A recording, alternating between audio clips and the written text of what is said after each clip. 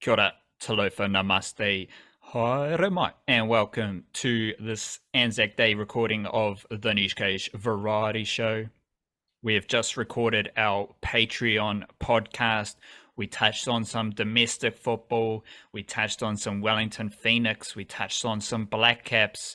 And for this warm-up korero, as part of the Variety Show, I'm curious, Nico the Wildcard, what was something you talked yourself into? What was an idea that you left the Patreon podcast with from our discussion, whether it be the domestic football, the Wellington Phoenix, or the Blackcaps after their T20 drawn series against Pakistan? What did you leave that discussion with that you did not enter with? Well, I think I'm going to say here. I did enter with it a little bit as an idea, but I think it's something that really crystallized during that chat is the not just the quality of the current crop of Blackcaps batters across all three formats, but the visual aesthetics and the powerful grace of some of these dudes and their shot making ability, their stroke playing, I suppose. We've seen a clinic of it from Mark Chapman, just hitting gorgeous sixes and love in between, like just textbook drives down the ground and through cover and stuff. Devin Conway's doing it in the IPL. Kane Williamson's been doing this for 10 years. Daryl Mitchell's lofted drives down the ground for six are always a joy. Will Young is a beautiful batsman to watch. There's you mentioned Tom Latham as well, which I think you're dead right. He deserves that too. Especially his sweep shot is always extremely good. It's not just that there's really Henry Nicholls is a really flowing batsman as well when he gets going. Like it's not just that the Blackcaps have really good batters; they also have really aesthetically pleasing batters. I was thinking about Finn Allen. I don't know if Finn Allen is the same type of aesthetically Not pleasing quite, no. as some of these other batters, but he is effective. He's one of those Well, effective timing batters. is aesthetically enjoyable as well. Like he might be a little bit wobbly with his just swinging madly at the ball and trying to hit it as hard as possible. But if you connect with it and you get that sweet sound of like just leather absolutely crunching perfectly off the middle of a bat, that's also pretty cool. Also seeing the ball flying is aesthetic as well. But it's not quite what we're talking about, but Finn Allen at least offers that. Same thing as like I think Martin Guptill was always very good. Martin Guptill would be classed as an aesthetic batter anyway, but in particular, when he hits that like it's almost like a golf swing six down the ground and he just holds the pose, that kind of thing is it doesn't get much. It's not just that it's fun to watch. It's not just that it's entertaining. It's also extremely cool. It's just really cool to do that when you see a dude just the flourishes. Sport doesn't always have to be all about just grinding out performances. I think Finn Allen, maybe Martin Guptill, they're more of a Maratini Okore type of forward, where it's just all Yeah, about being I see where effective, you're going. running it straight, making your tackles, physically imposing over your opposition. I think Devin Conway's more of a Tohu Harris, bit more stylish, bit more subtle, bit more not necessarily skillful, but yeah, stylish and subtle are words that come to mind with that analogy. Welcome to the Variety Show. We're from the Niche Cage, the niche-cage.com. It's just a place where we love Aotearoa sport and we spin a yarn about Aotearoa sport through our podcast, and we, get the old fingers typing on the keyboards about Aotearoa sport as well. We're recording this on Anzac Day morning, so there is a big old Aotearoa Warriors diary that you can read on this Tuesday ahead of their game against the Melbourne Storm. There'll be a Flying Kiwis up. Busy weekend, so we're swinging back into the flow of writing. I will be doing a Blackcaps ODI series preview against Pakistan tomorrow morning, so keep an eye on that. And that's just a small example of the stuff we've got on our website, theniche-cage.com. Monday was also our email newsletter dispatch day, which actually came out on a Tuesday morning.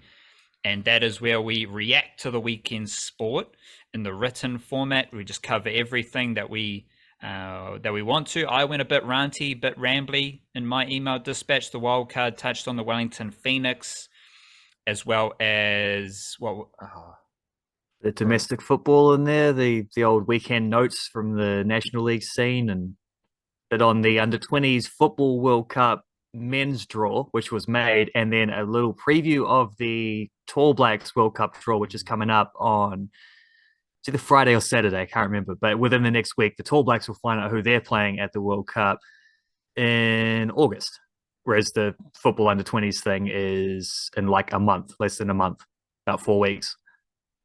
So we do that every Monday and Friday on Substack, the nichecase.substack.com. Whack in your email address, then you just get Niche Case content straight to your email. You get lots of insights about Aotearoa sport, as well as all the links to the things we have written that week, and all the links to our podcast wherever you can find them. And of course, pick up the Patreon whānau, patreon.com/our Niche Case.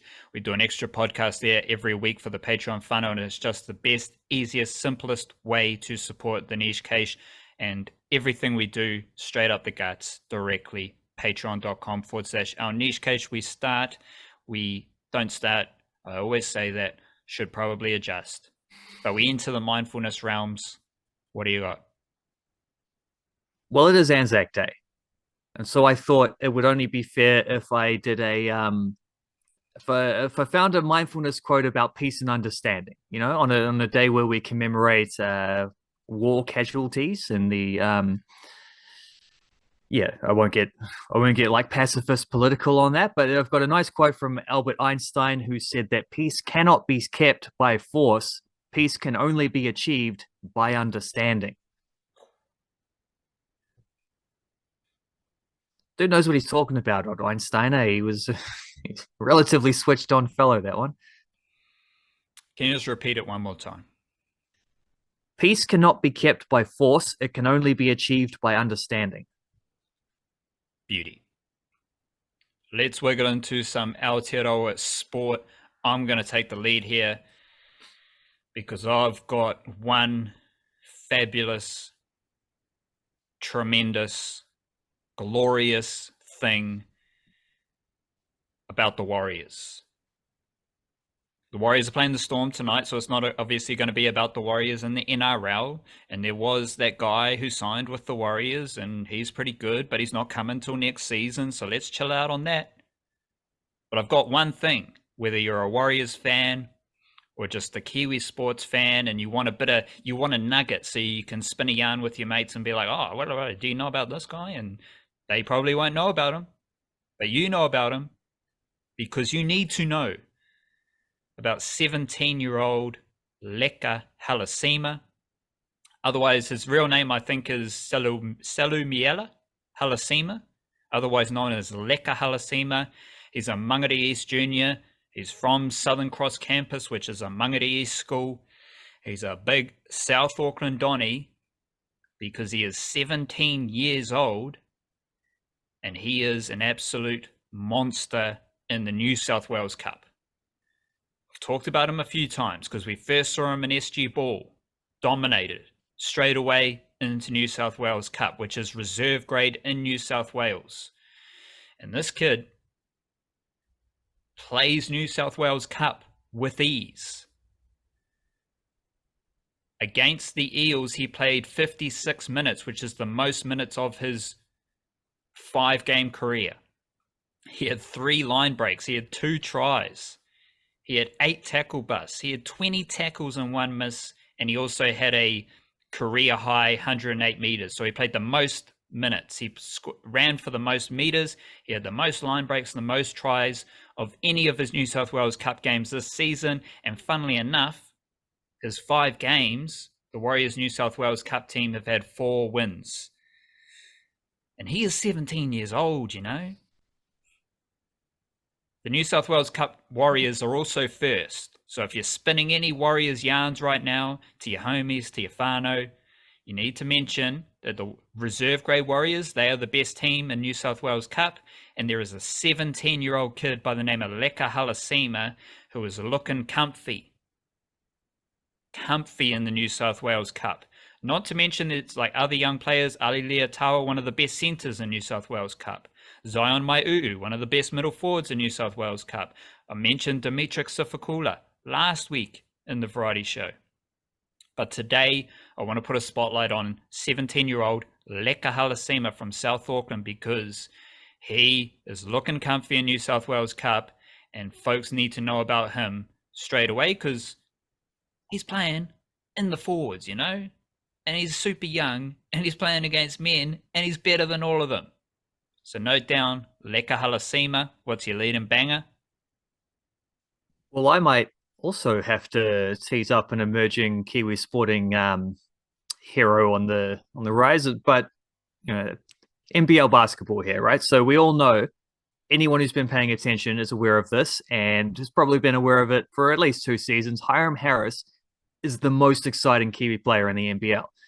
Bro just does everything, man. He scores, he rebounds, he defends, he creates. It's like triple-double watch every time he plays. Highlight level activity as well with the dunks and the drives and all this, the steals, the defensive stuff. Which honestly, you never quite know what he's going to serve up in every game, which is what makes it so enjoyable. And frankly, whichever Australian team or the Breakers picks him up in free agency is going to get a huge boost by the presence of Hiram Harris. But Hiram Harris may have a challenger to his most exciting crown in the form of just turned 20-year-old Walter Brown. And when I say just turned 20, he played 2 games on the weekend and was 19 for them. And then the day after the second game, he turned 20. So on Sunday, I think it was. Happy birthday to Wally Brown. He's a Canterbury Rams forward. He was a designated development player with the Tasmania Jack Jumpers is what their team is called. Still a silly name, but they signed Wally Brown, so good on them. He was a DP for them last season. After an emergent second year with the Rams, he is contracted again to be a DP for them in the upcoming NBL 24 season as well. Looking like he might be getting his big old NBL breakthrough this season because the guy was absolutely immense in a couple Rams wins over the weekend. Hadn't done much in the first 2 rounds. I think he had one game where he was foul trouble. There's another game where they lost and he didn't play big minutes and they sort of just went to tie 1 yard over and over and over inside. But 3rd game of the season, triple overtime against Hiram Harris's Hawke's Bay Hawks. No dramas. Everyone else was getting tired as the game went on. Wally Brown just found more energy and ended up with 20 points, shooting 8 of 14 from the field, 17 rebounds, including 6 big offensive boards, 3 assists, 2 blocks. Any fatigue after that incredible effort? Nope, because 2 days later, he's had 19, 10, and 3 on 7 of 10 shooting in a win over Franklin. When I say most exciting, and that's not just about the stats. It's not just because the young guy's putting up stats. It's because here's a bloke who absolutely soars for rebounds. Like he's got trampolines in his heels or something. He's grabbing boards against players who are bigger and older than him. He's making effort plays. He's grabbing steals and stuff. He's hyping up his team. He's hitting jump shots and he's getting dunks. He's doing so with a lion's mane of curly long hair as well, looking like he's just walked off the set of a Motley Crue video in the 80s. And frankly, like Walter Brown is box office. He's already made a Tall Blacks debut. He appeared against Saudi Arabia back in February, and I'm guessing there's going to be plenty more where that came from because I don't know. It's been a couple of years. I love watching Hiram Harris, but I also love watching Walter Brown. And it's pretty cool that there's now a challenger for the throne. Let's get statistical. I've got a nice and simple stat for Kiwi cricket fans. Over the summer, I did highlight some concern around the batting of Mark Chapman. Who knows what was doing? Because Mark Chapman scored a combined 134 runs in the Ford Trophy and the Super Smash over the summer. In 5 games against Pakistan in the T20 International Series, Mark Chapman scored 290 runs. He was only dismissed once, and he had a monster strike rate of, I think it was 160 odd. So Mark Chapman has scored more runs in this T20 International Series than he did in the Ford Trophy and Super Smash combined. Big up Mark Chapman. You got some numeros for us? Yeah, I also got some Blackcaps numeros because there was a T20 World Cup back in November, not that long ago, only about 6 months ago. Since that T20 World Cup, in which the Blackcaps made the semi-finals and were eliminated by Pakistan in the semi-finals, so there's a little bit of a revenge actually in coming back and drawing a series with a weakened team against them in this one. Since then, the Blackcaps have played 14 more games in the 2020 international format. One of those was against India, abandoned without a ball being bowled. Two of those were also no results as rain came in, but they did count as games because they did start and players did put up some numbers. So there's been 13 games that actually started. The Blackcaps have used 24 players across 13 games. You reckon you can guess who the only guy who's played all 13 of those games is? Tom Latham. No. Oh, Don't think he was playing the T20s in the India stuff.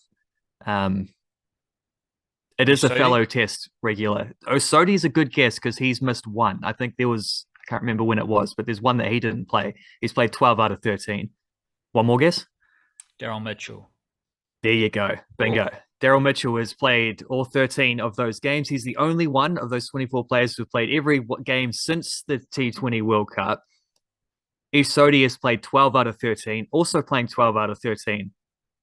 Mark Chapman. So it's not just a sudden emergence of Mark Chapman in the last series or two. He was actually playing again the India stuff before that as well. So he's been getting a decent little run. Adam Milne, Jimmy Neesham have played 9 out of 13. Bose, Latham, Ravindra have played 8 out of 13. That's obviously the Sri Lankan series plus the Pakistan series, those 8 games. Ben Lister's played 7 of them. Look at the team that played in the T20 World Cup semi-final. Of those guys, I've mentioned Mitchell, Neesham, and Sodhi. No one else who played in the T20 World Cup semi-final has played more than 5 times since then. You got Allen, Conway, Williamson. Williamson's only played 1 T20 since the World Cup. Phillips, Mitchell, Neesham, Santner, Southey, who's only played 2. Sodhi, Ferguson, and then Bolt, who hasn't played at all since, for obvious reasons. Quite a lot of depth on show here from the Blackcaps. Quite a lot of working out some of these guys, and you can say it's the start of a new World Cup it's a new 2020 World Cup cycle because it is, because they've just had 2 in quick succession. But as I just realized as well, doing some of this, there's actually another one next year. They're playing this T20 World Cup in the West Indies in June 2024. So we're only about 14 months out from that. So I think someone like Mark Chapman, for example, has probably done himself some significant favors there because there is actually a World Cup. There's a World Cup, ODI World Cup on the horizon at the end of this year. There's also a T20 one next year. Busy times for the Blackcaps and lots of T20 options being worked through at the moment. It is a bit concerning though. Mark Chapman, he's given 30 years old a nudge, so he's probably going to be too old for any Blackcaps cricket because he's, nudging 30. And I look forward to the Blackcaps making the semi-finals for another World Cup cycle, as they tend to do. Very good cricket team. Deep in the mangroves. Just want to touch on some NRL things because it was a funky round of NRL footy. Obviously got Anzac Day games coming up tonight. But the Redcliffe Dolphins had an interesting victory over the Titans. Massive come from behind win. And that featured Connolly Lemuelu, one of my favourite Kiwi-NRL players this year. Tangaroa College Junior. He played 80 minutes in that game and he had a fantastic outing.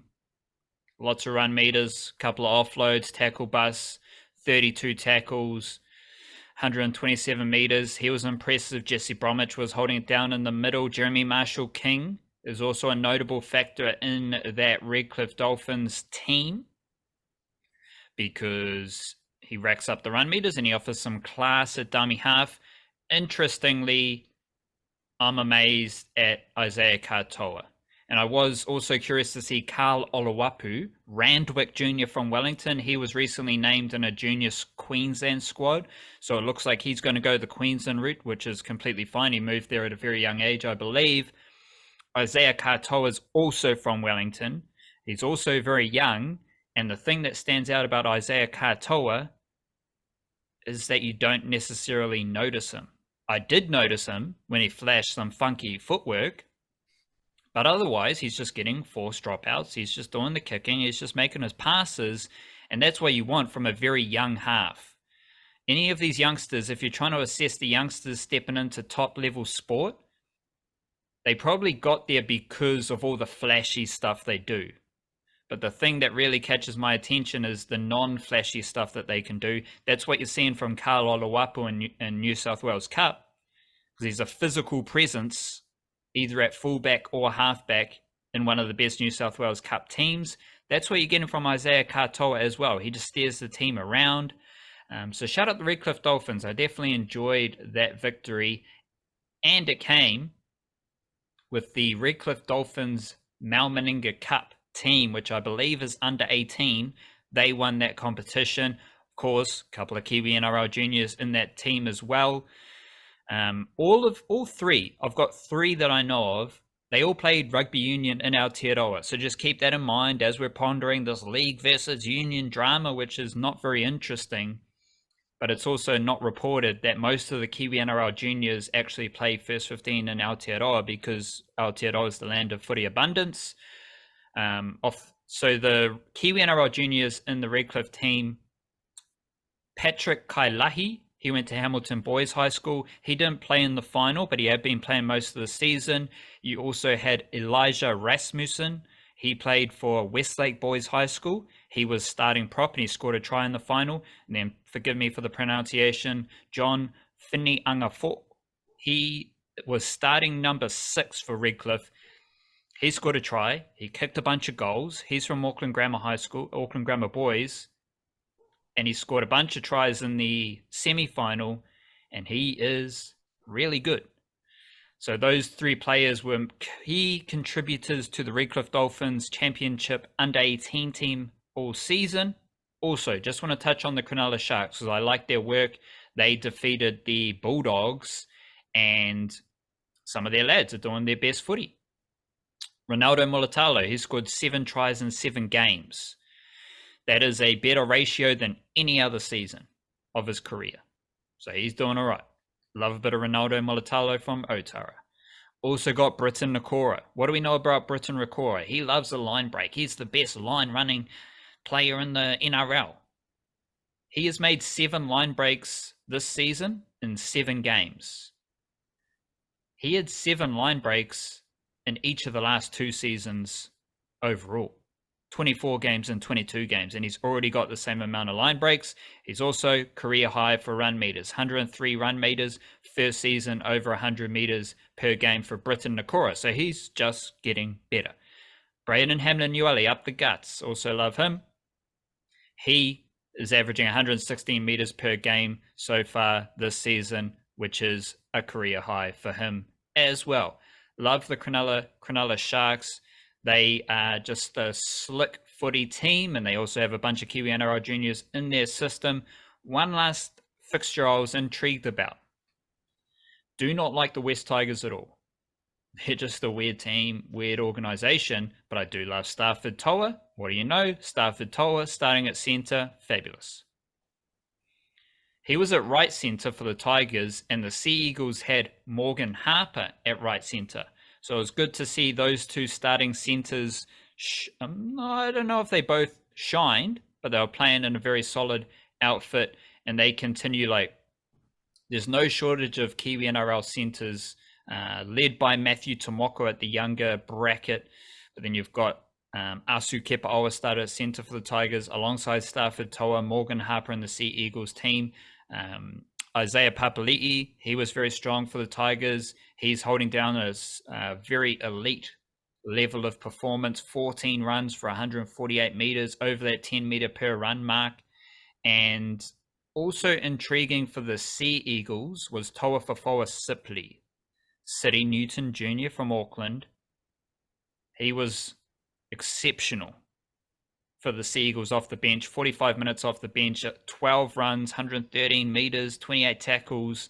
He just bent the line every time he ran the footy, and it's good to see him getting back to a lot of minutes off the bench for the Sea Eagles. Deep in your mangroves.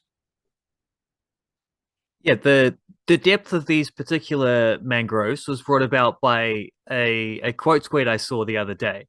So there was a thing of some Japanese account talking about how many the goals and assists tallies of Japanese players in the top 15 ranked European leagues this season, aged under 25 or 26 or something like that. I saw a quote tweeted by old Aussie Scout talking about, okay, well, here are the Australian ones. And they were sort of presenting it like, man, Japan's got so many more good attacking options at top leagues than we do. Look at this. And I'm like, well, what's the New Zealand version look like of this? And I looked at it, and the New Zealanders who have like goals plus assists in the top 15 ranked leagues in UEFA competitions, you have Alex Grieve with 3 and Liberato Kakache with none. And that's it. Those are the only 2 players of that age bracket who have played in the top things. And I thought, well, that's not ideal. It's not a surprise because we know that's been a rarity for Kiwi players at any point to get to that kind of level. But I thought, well, what does that look like if you spread it out, like all ages and all relatively decent leagues? And some of the expected names, not doing so flash this year. I mentioned Alex Grieve. He's got 3 goals in 26 games. He's not really scoring a lot for St Mirren. They're not a team that scores a lot themselves, and they are a bit more of a set piece team, I think. And he works hard and does a job for them up front. He's in and out of the starting lineup, probably a bit more off the bench as well, which influences those numbers. Similar to Chris Wood, because Chris Wood he's out for the rest of the season, and he only scored 3 goals this year, 2 of them at Newcastle and 1 for Nottingham Forest, 25 games, but that only adds up to 818 minutes. So that's really only about 9 games worth of 90-minute efforts. So 3 goals in 9 games wouldn't be any problem. It's just not it's not the quantities we're used to from Chris Wood. Sarpreet Singh and Ryan Thomas are just coming back from injury, easing their way in. Singh had a goal and a couple of assists really early on. Hasn't had anything for a wee while, but I have paid close attention to some of his games. He hit the crossbar in the most recent game. He was through on goal in the game before that in the last minute with the scores tied, and the guy just grabbed his shirt and pulled him back and got a red card for it, but also saved his team a point and prevented Sarpreet Singh from being able to score. He's hit the post once or twice others. He's been unlucky, but he does have a goal and 2 assists in 12 games as it stands. Ryan Thomas is just kind of cruising in the midfield for very good Pek Swallow team who don't need him to be rushing forward and creating heaps. He's had a couple unlucky moments, still got 2 assists in there. We'll mention Andre de Jong in South Africa, 3 goals and 2 assists in 15 games, but most of that came at the start of the year. He's only got 1 assist since he transferred from Royal AM to Stellenbosch. The 3 dudes who really stand out here, though. Matt Garbett, since moving to NAC Breda in January, has a goal and 4 assists in only 10 games playing from midfield. Excellent numbers. Max Mata, of course, leading goal scorer in the League of Ireland right now, 8 goals in 11 games. He's been absolutely brilliant for them, not just his goal scoring, but also, yes, his goal scoring. And then Callum McCowatt's got a double on the weekend, and he's been in fantastic form lately. Over the course of the season for FC Helsingør in the 2nd tier in Denmark, he's got 6 goals and 5 assists in 25 games, which is about 1,500 minutes.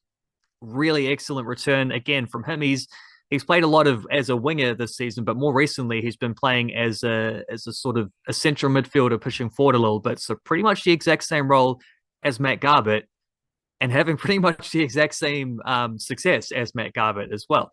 Both of them playing in the 2nd tier of their current countries. The Superliga dudes aren't doing so good in Denmark. Elijah just has 2 assists this season in and out of the starting lineup at a new team trying to work his way. And Joe Bell and Marko Stamanic have no goals, no assists. They're basically just being used as defensive midfielders. Stamanic not being used at all anymore since he announced he was leaving. We'll throw up a little bit of a highlight for, I think, Marco Rojas with 1 assist in 3 games. He's not playing hardly at all because Colo Colo started terribly and then changed their formation. So it's not that there isn't a spot for Marco Rojas in the formation. It is that he used to be able to play left wing, center attacking mid, right wing. Now there's no wingers. They've just only got a center attacking mid. So he can still get minutes at that position, but there's one position he's competing for with a whole bunch of other players because everyone's trying to get minutes in that spot. So he's not really playing for them, but he does have 1 assist in 99 minutes of action. That's a good strike rate. Ben Waine has 1 goal in 9 games for Plymouth Argyle since he moved there. That's a goal every 240 minutes. He scored a goal every 172 minutes in the A-League, so he's not that far off. Like, he's limited action, but he's not that far off his strike rate, considering it's only 1 goal. If he scores next time he appears, suddenly that looks pretty impressive. For the women, unsurprisingly, we know the Futbol Ferns don't score a lot of goals, neither do the All Whites, but the All Whites at least have a bit more of an idea where they're coming from. Futbol Ferns don't really have strikers playing professionally, which is kind of the main problem outside of the A-League at least.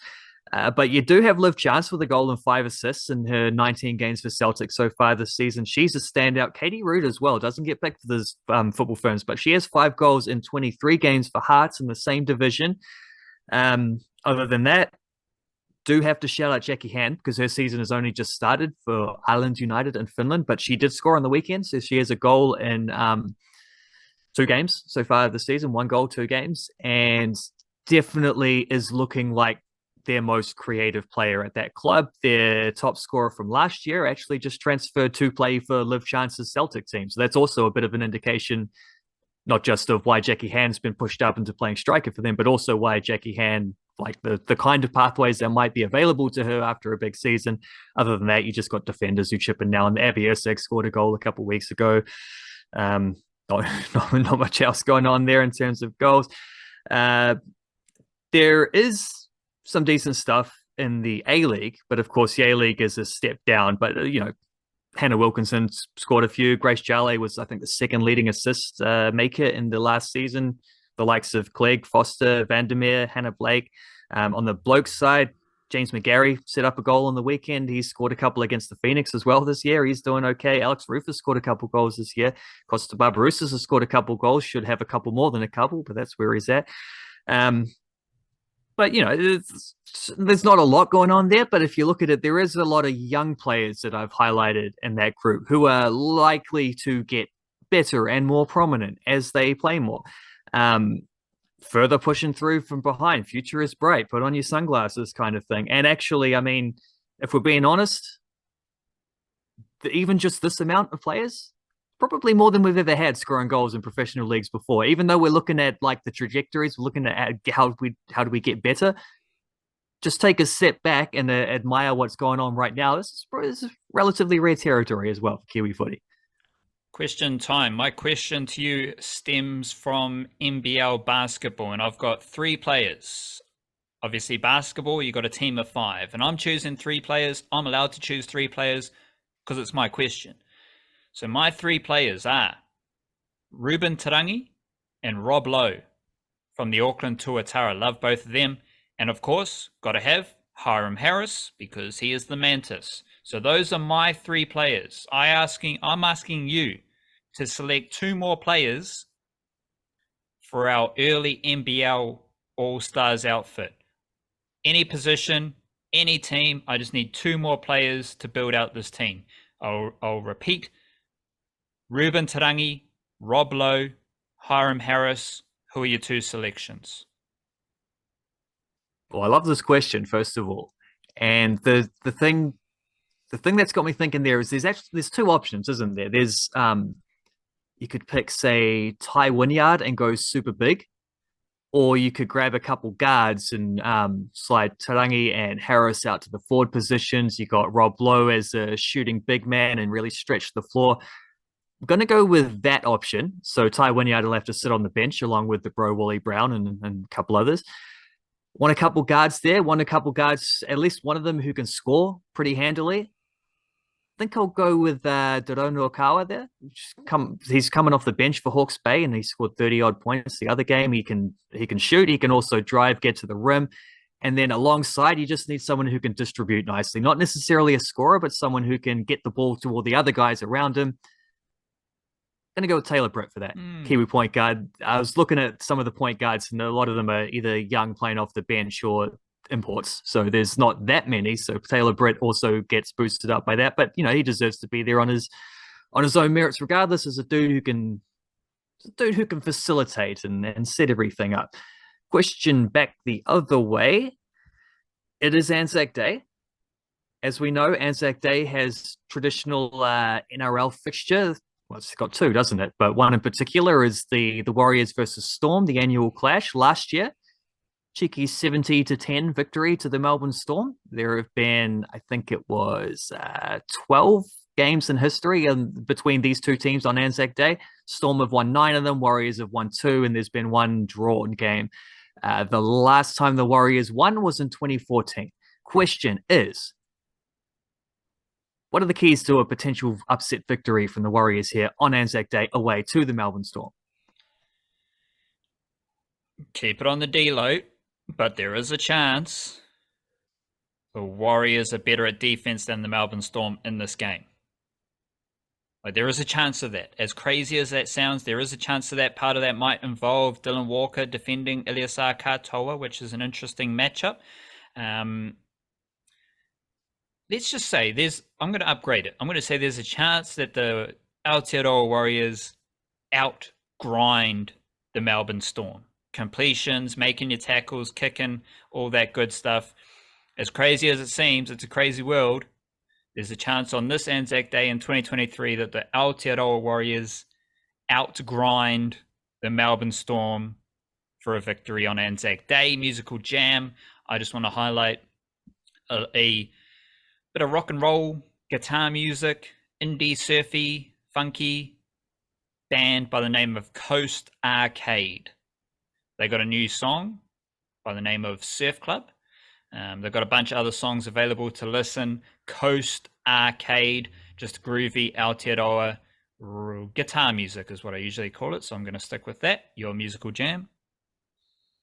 Well, there is a new album by Rose City Band, which I haven't heard yet, but I'm digging because I've loved their previous stuff. It's sort of it's the dude from Wooden Ships, fantastic American psychedelic band, but this is his more like country rock spin-off side project. So gonna dig some of that.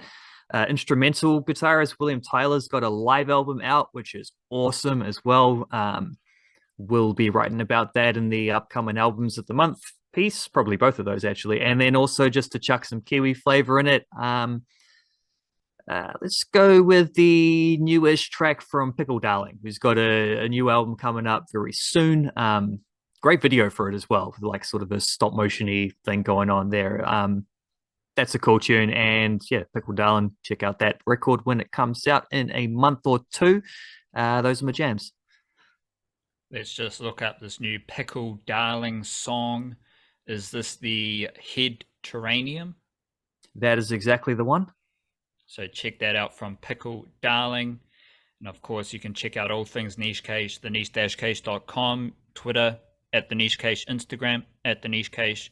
If you're into the Facebook page, check us out, the Niche Cache, the website, email newsletter via Substack, the Patreon's there if you want to be generous. It's all there for you. We're here for Aotearoa. Stay beautiful. Enjoy yourself. Just try to be happy. Do the best you can. That's all you can ask for. Do you remember your mindfulness? What's your mindfulness? Because that one was certified banger. Oh yeah. Mr. Einstein's bangers. Peace cannot be kept by force. It can only be achieved by understanding. A word adjacent to understanding is empathy. Definitely. And that's how you get peace, is just a bit of empathy, a bit of understanding with your fellow human. Kia kaha, raise your mana. We'll be back on Thursday with a big old niche cast. Stay beautiful. Chur.